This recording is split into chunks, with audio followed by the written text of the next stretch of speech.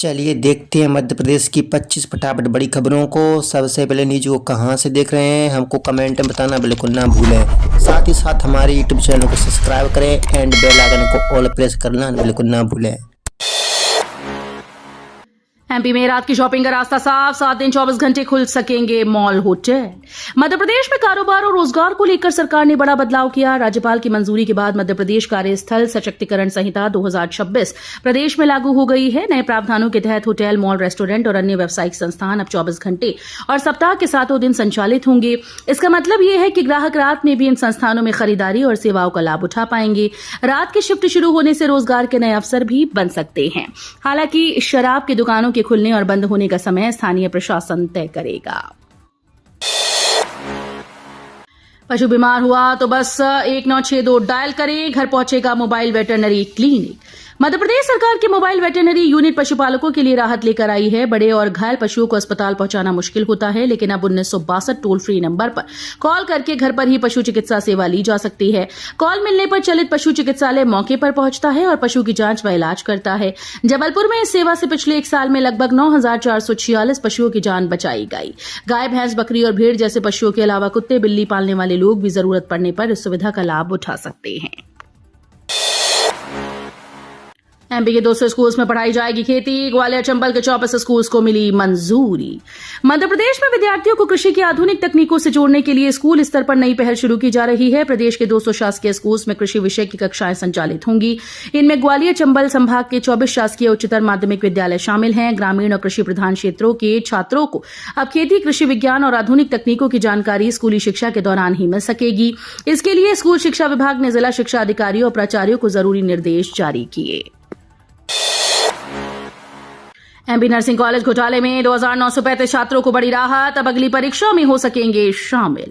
मध्य प्रदेश के बहुचर्चित nursing college फर्जीवाड़ा मामले में हाईकोर्ट ने छात्रों के हित में बड़ा फैसला दिया। अनसूटेबल कॉलेजेस के जीएनएम पाठ्यक्रम से जुड़े 2,935 छात्रों को आगामी परीक्षा में शामिल करने के निर्देश दिए गए। इसके साथ ही रोके गए परीक्षा परिणाम भी जारी करने को कहा गया। लॉ स्टूडेंट्स एसोसिएशन की जनहित याचिका पर प्रशासनिक न्यायाधीश आनंद पाठक और न्यायमूर्ति बीपी शर्मा की युगल पीठ ने सुनवाई की। इंदौर से उज्जैन और पीथमपुर तक मेट्रो की राह आसान, सर्वे के बाद डीपीआर तैयार। इंदौर में मेट्रो नेटवर्क के विस्तार की तैयारी तेज हो गई। फिलहाल सुपर कॉरिडोर के 5.9 किलोमीटर हिस्से में मेट्रो का संचालन हो रहा है, जबकि जल्द ही सुपर कॉरिडोर से रेडिसन चौराहे तक 17 किलोमीटर रूट पर मेट्रो चलाने की तैयारी है। इसके अलावा इंदौर से उज्जैन और पीथमपुर को जोड़ने वाली बड़ी योजना पर भी काम आगे बढ़ चुका है। दिल्ली मेट्रो रेल कॉर्पोरेशन ने सर्वे के बाद डीपीआर तैयार कर ली। योजना के तहत उज्जैन से इंदौर के लवकुश चौराहे होते हुए पीथमपुर तक करीब 84 किलोमीटर लंबे कॉरिडोर में मेट्रो चलाने का प्रस्ताव है। एमपी बोर्ड 2027 का टाइम टेबल जारी। 17 फरवरी से 12वीं और 24 फरवरी से 10वीं की परीक्षा। मध्य प्रदेश माध्यमिक शिक्षा मंडल ने 10वीं और 12वीं बोर्ड परीक्षा 2027 का कार्यक्रम जारी कर दिया। जारी टाइम टेबल के मुताबिक 12वीं की परीक्षाएं 17 फरवरी से 19 मार्च 2027 तक चलेंगी, जबकि 10वीं की परीक्षा 24 फरवरी से 18 मार्च तक आयोजित होगी।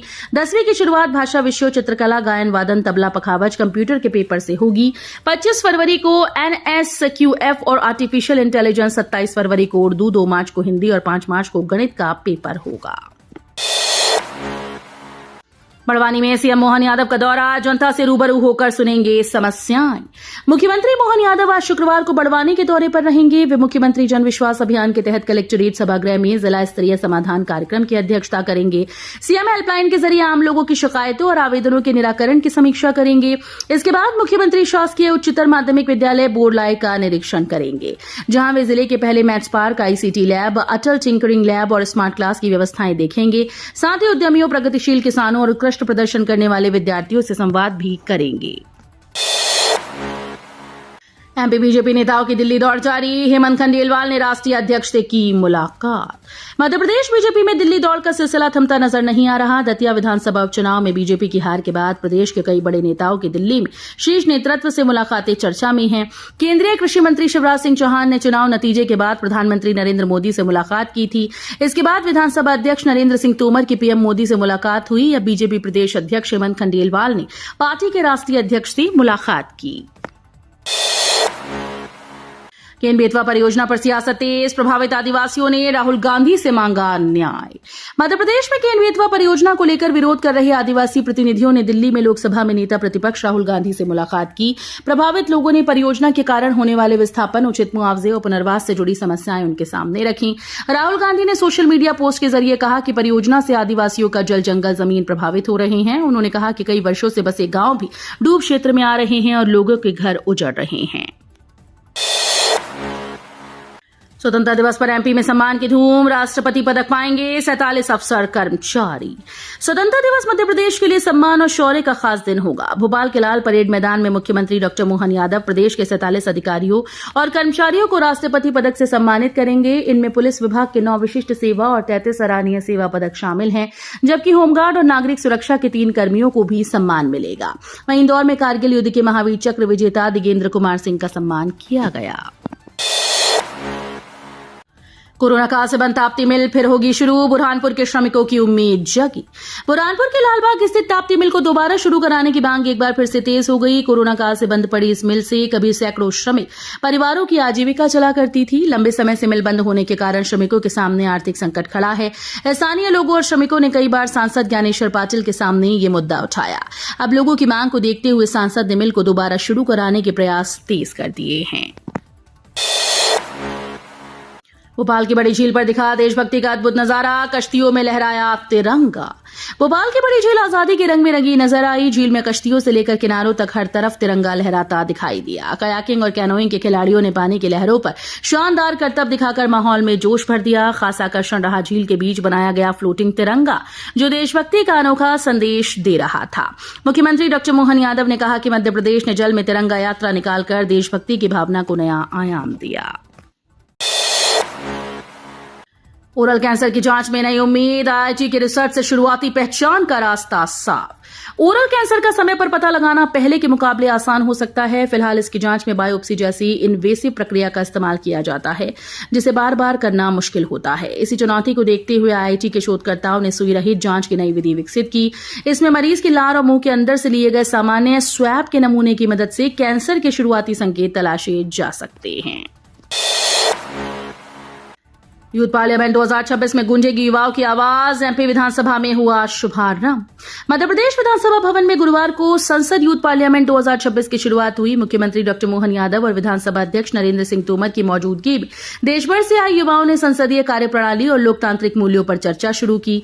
युवाओं ने राष्ट्रीय महत्व के मुद्दों पर संसदीय शैली में अपने विचार रखे। मुख्यमंत्री ने युवाओं से राजनीति को भी करियर के रूप में देखने और लोकतांत्रिक व्यवस्था में सक्रिय भागीदारी निभाने की अपील की। मंगलयान चंद्रयान 2 मिशन के वैज्ञानिक हिमांशु शुक्ला सम्मानित, रतलाम में खुशी की लहर। रतलाम के लिए गर्व की खबर है। इसरो के वैज्ञानिक हिमांशु शुक्ला को अहमदाबाद में एस्ट्रोनॉटिकल सोसाइटी ऑफ इंडिया ने प्रतिष्ठित अवार्ड से सम्मानित किया। देश के चुनिंदा 30 युवा वैज्ञानिकों में हिमांशु का भी चयन हुआ। उन्हें स्पेसक्राफ्ट और संबंधित तकनीक के क्षेत्र में उत्कृष्ट कार्य के लिए यह सम्मान दिया गया। हिमांशु शुक्ला मंगलयान और चंद्रयान 2 मिशन का हिस्सा रह चुके हैं। चंद्रयान 2 में वे रॉकेट के बूस्टर से जुड़ी टीम में शामिल थे। सम्मान समारोह में ISRO chairman doctor V Narayanan और पूर्व chairman doctor as Kiran Kumar मौजूद रहे। सागर वालों के लिए गुड न्यूज, नए एयरपोर्ट की तैयारी तेज, दिल्ली मुंबई उड़ान का रास्ता खुलेगा। सागर में एयरपोर्ट निर्माण की उम्मीद अब मजबूत हो गई है। कई वर्षों से चली आ रही मांग पर केंद्र और राज्य सरकार के स्तर पर पहल तेज हुई। केंद्रीय नागरिक उड्डयन मंत्री के मुताबिक सागर उन 10 शहरों में शामिल है जहां एयर स्ट्रिप को एयरपोर्ट में विकसित करने की योजना है। सिंगरौली के बाद सागर में काम शुरू करने की बात सामने आई। मौजूदा ढाना एयर स्ट्रिप पे जगह कम होने के कारण नए स्थान की तलाश की जा रही है। एयरपोर्ट बनने के बाद सागर से दिल्ली और मुंबई जैसे बड़े शहरों के लिए सीधी उड़ान शुरू होने की उम्मीद है। नवाब जहांगीराबाद की जमीन पर बड़ा कोर्ट आदेश, बिक्री और हस्तांतरण पर 6 महीने तक रोक। जबलपुर में करीब 1000 करोड़ रुपए मूल्य की नवाब जायदाद को लेकर जिला न्यायालय ने बड़ा अंतरिम आदेश दिया। जिला न्यायाधीश राहुल सिंह की अदालत ने नवाब जहांगीराबाद की करीब 6.5 एकड़ जमीन को बेचने, हस्तांतरित करने या उस पर किसी तरह का भार बनाने पर रोक लगा दी।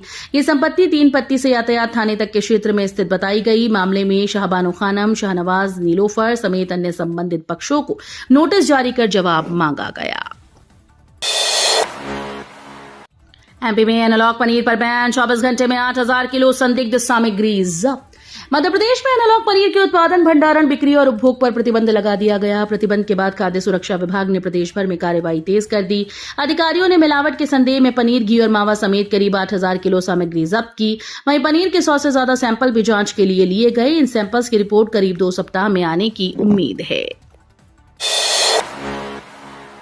सिर्फ नंबर नहीं, अब कौशल और व्यवहार भी बताएंगे नवी के छात्रों की प्रगति। मध्य प्रदेश में कक्षा 9वीं के विद्यार्थियों के लिए मूल्यांकन व्यवस्था में बड़ा बदलाव होने जा रहा है। अब छात्रों का आंकलन सिर्फ परीक्षा के अंकों के आधार पर नहीं होगा।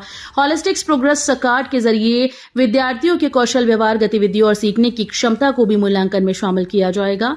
ये व्यवस्था अगस्त 2026 से पायलट प्रोजेक्ट के तौर पर शुरू की गई। प्रदेश के हर जिले में एक संदीपनी, एक पीएम श्री और एक जिला उत्कृष्ट विद्यालय को इसके लिए चुना गया। अवंतिका एक्सप्रेस में जबरदस्त वेटिंग। त्योहारों से पहले मुंबई जाने वाली ट्रेन में बढ़ी भीड़।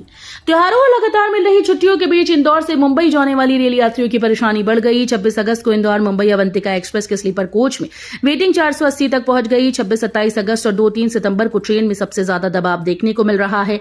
यात्रियों की बढ़ती भीड़ को देखते हुए रेलवे ने इंदौर से मुंबई, पुणे, पटना और श्रीगंगानगर समेत 5 स्पेशल ट्रेन के फेरे बढ़ाए। उज्जैन में सांची से भी बड़ा बौद्ध स्तूप। 2300 साल पुरानी वैश्य टेकरी में छिपा इतिहास। उज्जैन की पहचान सिर्फ धार्मिक नगरी के रूप में नहीं बल्कि प्राचीन सभ्यता और बौद्ध विरासत के तौर पर भी है। कानीपुरा मार्ग स्थित वैश्य टेकरी में करीब 2300 साल पुराना विशाल बौद्ध स्तूप आज भी मौजूद है। इसकी ऊंचाई करीब 100 फीट और व्यास लगभग 350 फीट बताया जाता है। कभी ये देश विदेश से आने वाले बौद्ध अनुयायियों की आस्था का प्रमुख केंद्र रहा होगा। अब इस ऐतिहासिक धरोहर के संरक्षण को लेकर उम्मीद बढ़ी है। वैश्य टेकरी उज्जैन के प्राचीन इतिहास और बौद्ध संस्कृति की समृद्ध विरासत की महत्वपूर्ण निशानी मानी जाती है। एमपी में बदलेगा मौसम का मिजाज। 15 अगस्त से बारिश का जोर बढ़ने के आसार। मध्य प्रदेश में फिलहाल बारिश की रफ्तार थोड़ी धीमी है, लेकिन मौसम विभाग ने राहत के साथ फिर तेज बारिश के संकेत दिए। मानसून ट्रफ के उत्तर प्रदेश की तरफ खिसकने से गुरुवार को वर्षा गतिविधियां कम रही। इसके बावजूद कई जिलों में हल्की बौछारें पड़ रही हैं और तापमान सामान्य से नीचे बना हुआ है। मौसम विभाग के अनुसार उत्तर पश्चिमी हिस्से में चक्रवातीय परिसंचरण सक्रिय है। पहले कर्मचारियों के समर्थन में पहुंचे छात्र फिर विवाद में भिड़े। रानी दुर्गावती यूनिवर्सिटी में मारपीट। जबलपुर के रानी दुर्गावती यूनिवर्सिटी में प्रदर्शन के दौरान विवाद और मारपीट का मामला सामने आया। मध्य प्रदेश छात्र संघ के अध्यक्ष अभिषेक पांडे अपने साथियों के साथ कुलपति डॉक्टर राजेश शर्मा से मिले और डिग्री वितरण व लंबित परीक्षाएं जल्द कराने की मांग रखी। इसके बाद छात्र प्रशासनिक भवन के पास धरना दे रहे कर्मचारी संघ के समर्थन में पहुंच गए। आरोप है कि कुछ देर बाद वहां गाली गलौज के बाद छात्रों और कर्मचारियों के बीच लात घूंसे चले। एमपी बिजली कंपनी की पदोन्नति पर उठे सवाल। 57 अनुभवी अभियंता वंचित। 38 रिक्त पदों पर कर इंचार्ज की मांग।